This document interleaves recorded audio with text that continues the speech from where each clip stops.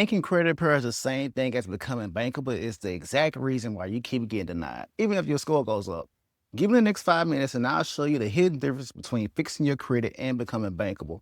One gets you approvals while the other keeps you stuck. My name's Carrington, and I help entrepreneurs clean up their credit structures, become bankable, and create systems to scale their business. No hype, no selling, just clarity. Most business owners think the goal is raise my credit score. But then they hit a 680, a 720, and even 750 and still get denied. And that's when the panic sets in.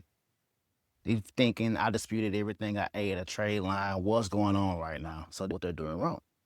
They're disputing everything, adding trade lines, obsessing over credit karma, screenshots, waiting for the magic number that finally unlocks funding.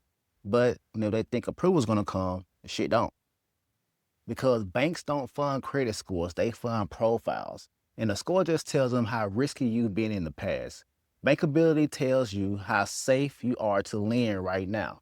And those are two very different things. You can have a 720 and get denied and have a 680 and get approved. It's not the number, it's the profile. We've been repeating that for the last 5 years.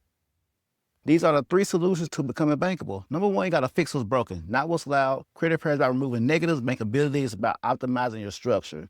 Your utilization, the accounts, and all that matters. People are disputing a $50 collection and even worrying about the 85% utilizations on your credit report. The next step is becoming lender compliant. Lenders run automated systems that flags inconsistencies. One mismatch, you get denied, even with a 750 credit score. The last step is stacking your credit the right way. Bankable entrepreneurs don't apply randomly. You follow a sequence, and that sequence leads you to $100,000 in business funding. So this is why all this works, because it aligns your credit profile with how banks actually make decisions, not how YouTube gurus talk about credit. You stop chasing points and you start building leverage. You stop getting denied and wondering why, and you start getting approved predictably.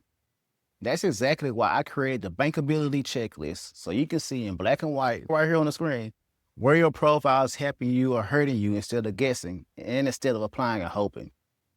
That's the difference between credit repair and becoming bankable.